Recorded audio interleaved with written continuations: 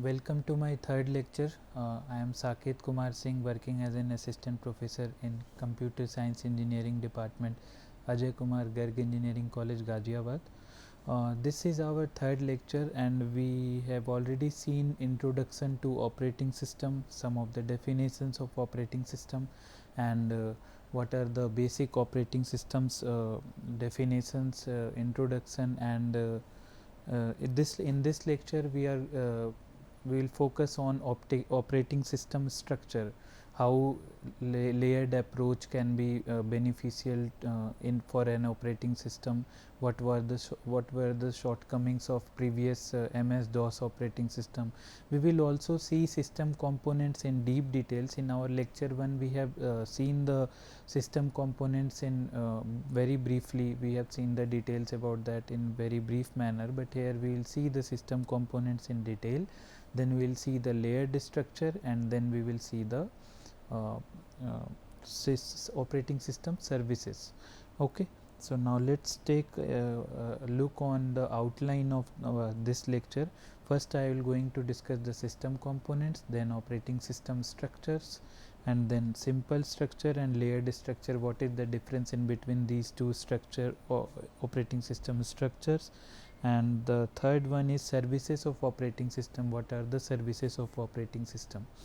Okay, so this is a figure that I have taken from the book, and I have referred it here. You can see, and at the end of my lecture you can see the reference. Okay, so this is the whole structure of a computer system. If you remember, if you just look on to your computer, if you are using some personal computer or using some laptops, okay, so this is the basic diagram of a computer system. What are the things that comprises? You can see like monitor. Always you can see, either you are using a laptop, there should always be a monitor or a screen or an output screen. Keyboard is always there, USB printer. Okay, this is optional, either you are using it or not. Hard disk drive will be always there. Okay, this is the very basic important very basic thing, which is your CPU, which can be considered as the brain of a computer. Okay, which contains a memory management unit also, just to provide the mapping between the memory. So as I have already told you about the different functions of operating system, in our lecture when we have seen that process management, memory management, and different types of management provided by the operating system. So to manage the memory, this memory management unit is also inbuilt inside the CPU for generating memory request. Okay, so the second important thing is the main memory. Here you can see this is the main memory, or you can consider it as RAM.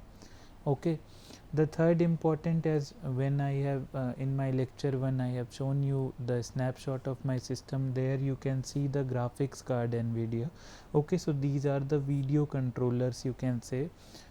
The device controller, in my last lecture I discussed about the device controller. So video controller, or you can see the graphics card driver, all will come inside this video controller. This is the input device, these are some of the input device, and this hard disk is the main storage device. Okay, this is the main storage device. Okay, so all these are connected through a system bus. Okay, so this is connected through a system bus. Okay, so this is the basic system components. Now we are going to see these components by one.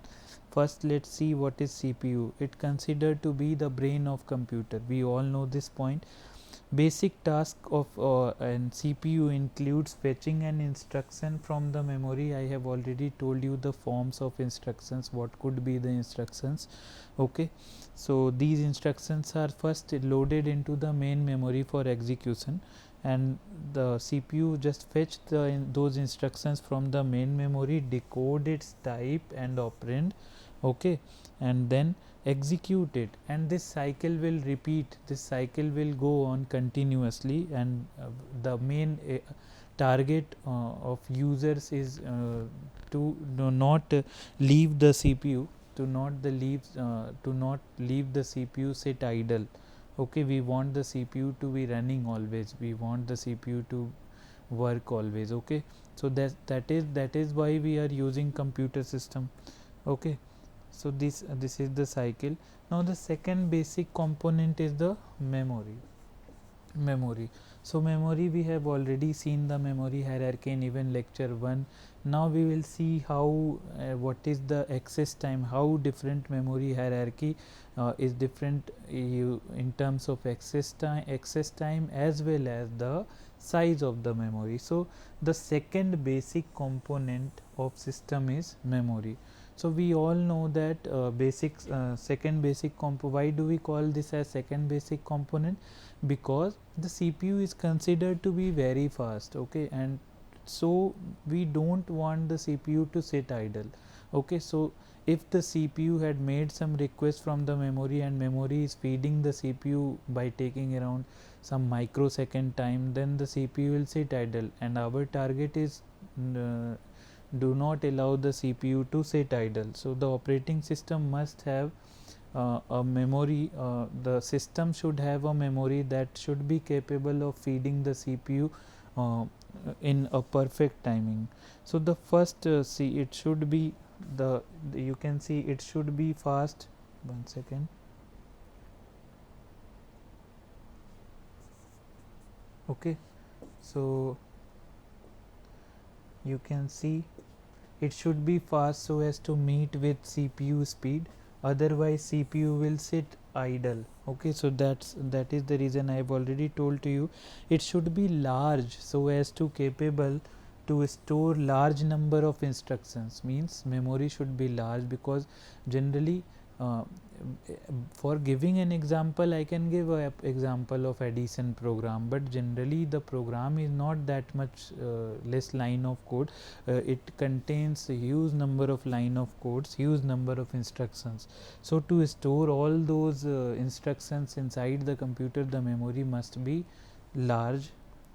Okay, to meet the above 2 points, memory hierarchy is maintained, which we have already seen, but let's see once more. What is the register?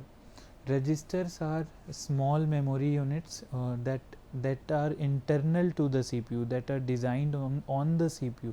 Means you can say it as a register is integrated inside the CPU itself. That's why this is considered to be very fast, because it's inside the CPU. So to bring something from register, the CPU will not take any time, because it is sitting inside the CPU. Okay, fast as much as CPU.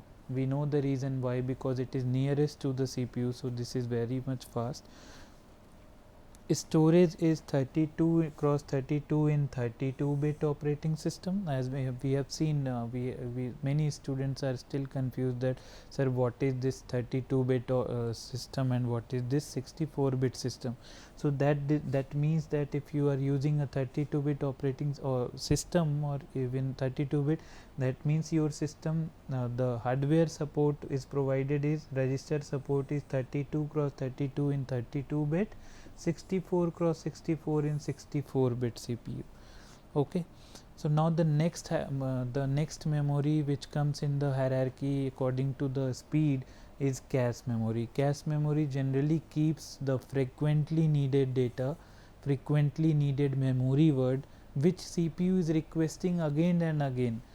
Okay, so to reduce the time, why don't we just keep those frequently needed memory words in some location nearer to CPU as compared to the main memory? So let's see, cache memory is having less speed than CPU, yes, of course, but it is having higher speed than main memory. Okay, it contains frequently needed memory words, size is less due to high cost. Size is very less because cache memory is very costly. Okay, cache hit and miss. Okay, so we will see this in caching, but for now I am briefly telling you this, what is hit ratio and what is miss. So suppose that if a CPU has requested some memory word and it is being found inside the cache memory, then it is called as a hit. Okay, if it is not found inside the main memory, then it will be called as the miss. Then if miss happens, That means if the memory word is not found inside the cache memory, then CPU will go and find the memory word inside the main memory. Okay, so these are some of the caches. Like you can see L1 cache, L1 cache that reside inside the CPU itself. It is integrated in the CPU. One second, let me.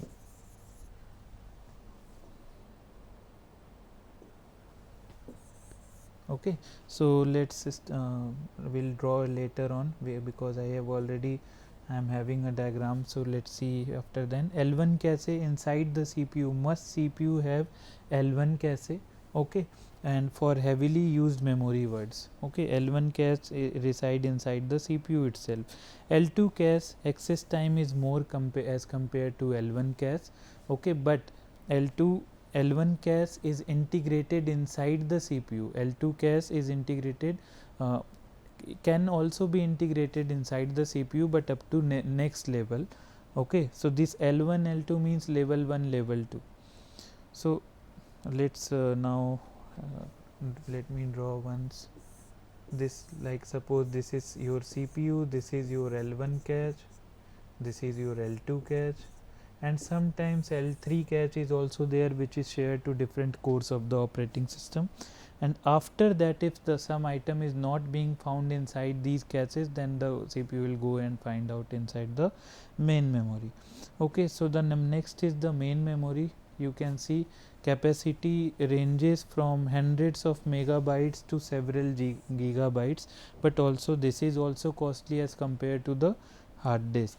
Okay, process CPU request which is not found inside the cache. Okay, it's volatile.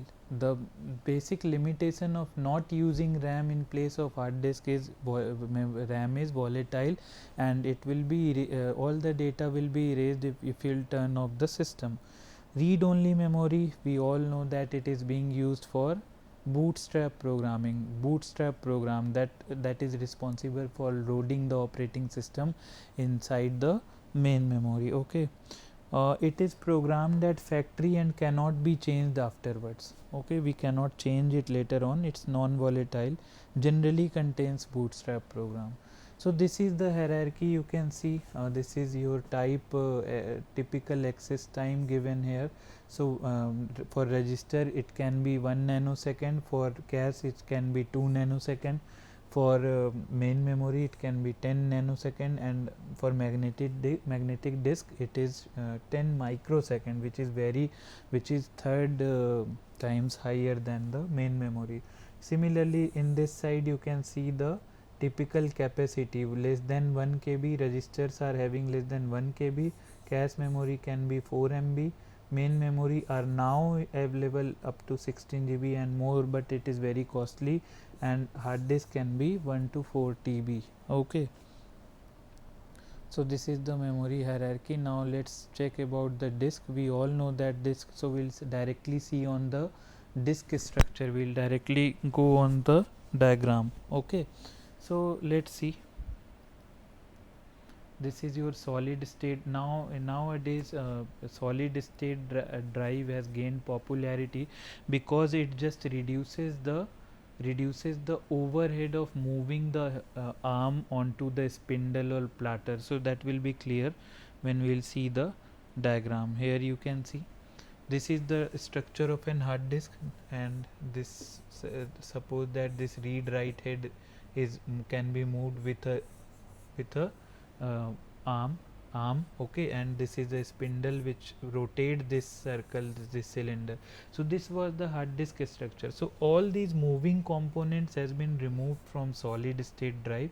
It is just an integrated chip, so which reduces the and increase the speed of access, increase the access time of reduce the access time of some request. Okay, so solid state drive is faster than this hard disk, and also it is non volatile and can store large number of data. So this disk structure will be explained to you later on when you will see disk scheduling and other examples in our next lectures. Okay, So operating system structure, earlier operating system structure, when suppose that you are going to design a new operating system, that means the operating system should be engineered properly. Okay, any mistake is not tolerable when you are going to design an operating system. So this operating system structure aims to divide the task into some smaller components, like aims to partition the task into smaller component, like process management, just divide the process management up to lower level, then memory management up to higher level. So this is the operating system structuring that must be done to design a good and proper new operating system. So this layered approach provides better description of how system components are interconnected. Okay, so this was the simple structure that I have taken. You can see MS-DOS. MS-DOS was one of them, which we'll see in the next slide. What is the how this MS-DOS structure is uh, uh, simple is was organized. Okay, so you can see interfaces and levels of functionality are not properly separated in MS-DOS. If you remember, if you will go through some research on how MS-DOS works, in that you can directly command and give the command and design or draw something. Okay, you can directly command the input output also, you can directly command the give commands to hardwares also, so which was not good. Okay, so application programs are able to access basic IO routines to write directly to the display and disk drivers. Okay, application programs are able to access basic IO routines, just think, to write directly to the display and task and disk driver. So which causes a problem. What was the problem? Malicious programs may lead to entire system crash. Okay, so but it we MS DOS, the writers of MS DOS was not having any other option, because it was limited to hardware. Like Intel 8088 doesn't provide any dual mode, it doesn't provide any abstraction to hide the hardware level. Okay, so that's why the hardware were open to all the uh, users. Okay, so let's see the structure. This is the application programs. Okay, and this is the application programs. Then next is this is the MS DOS layer structure.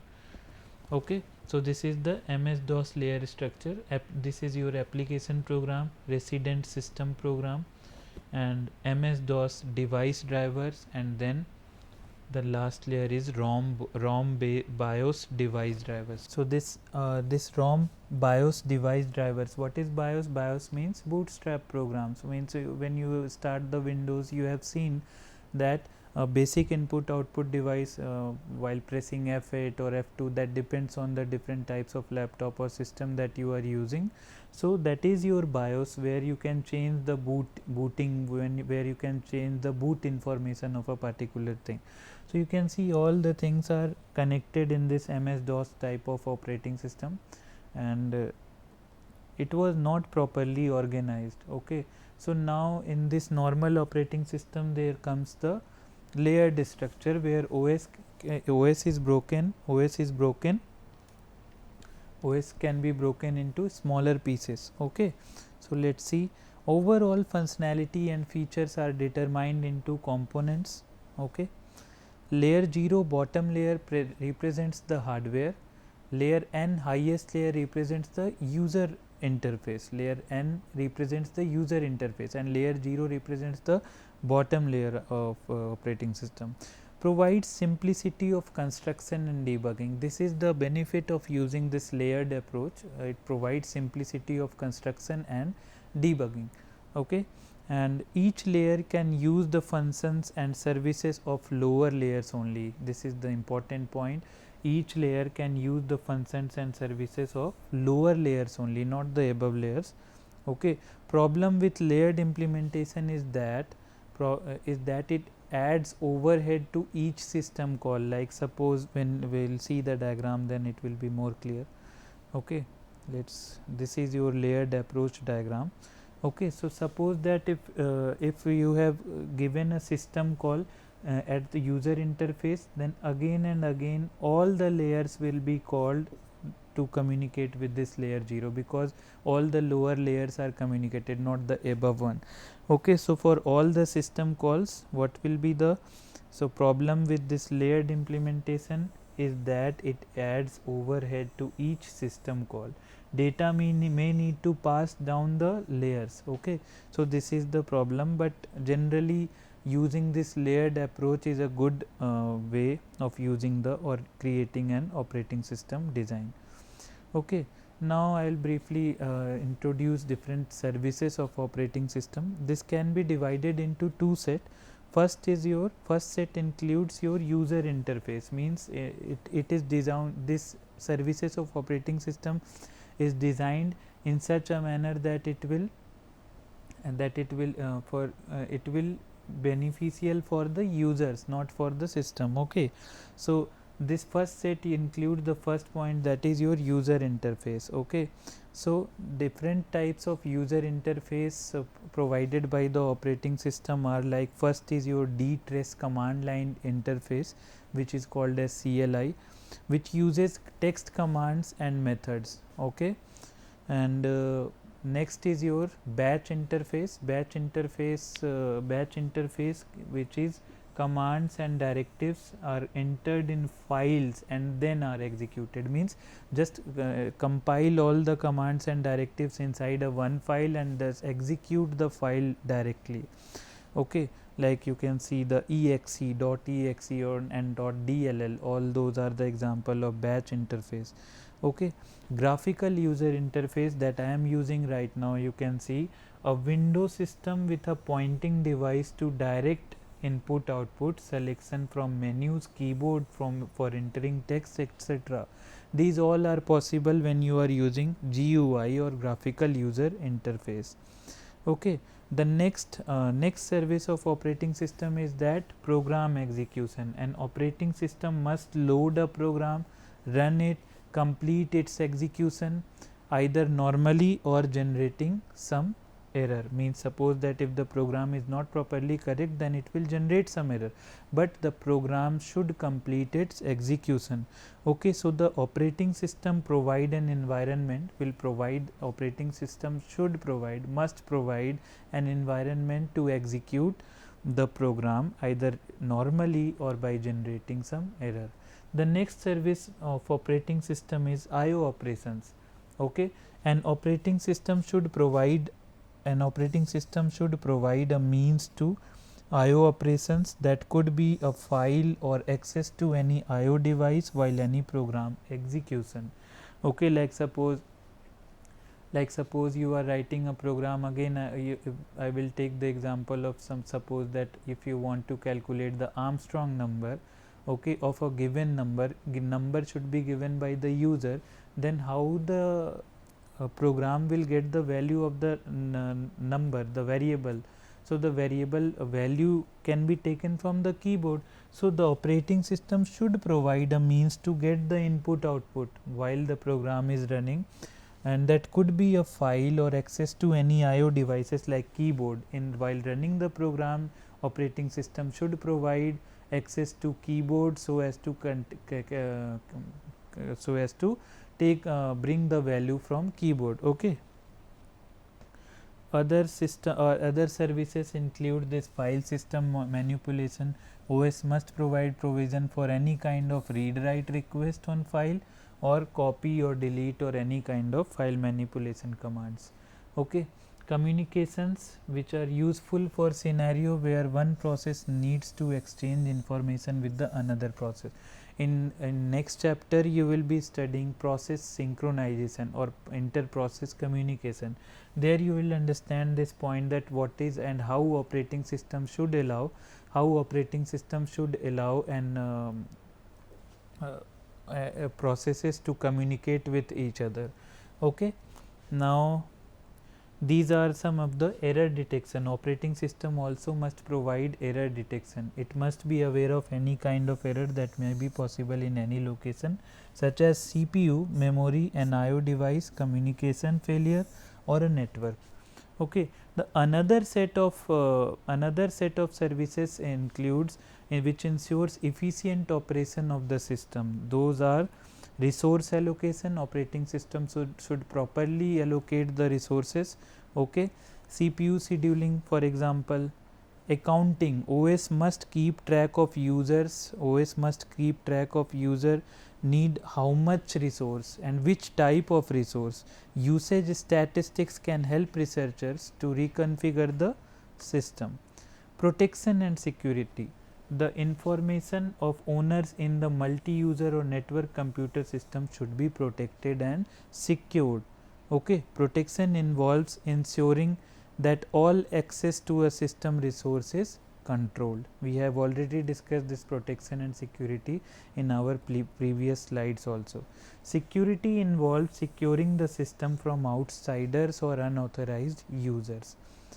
So that's all for this lecture. Thank you everyone. We will later in our next video lecture we will be seeing some of the topics like kernels. Okay, thank you.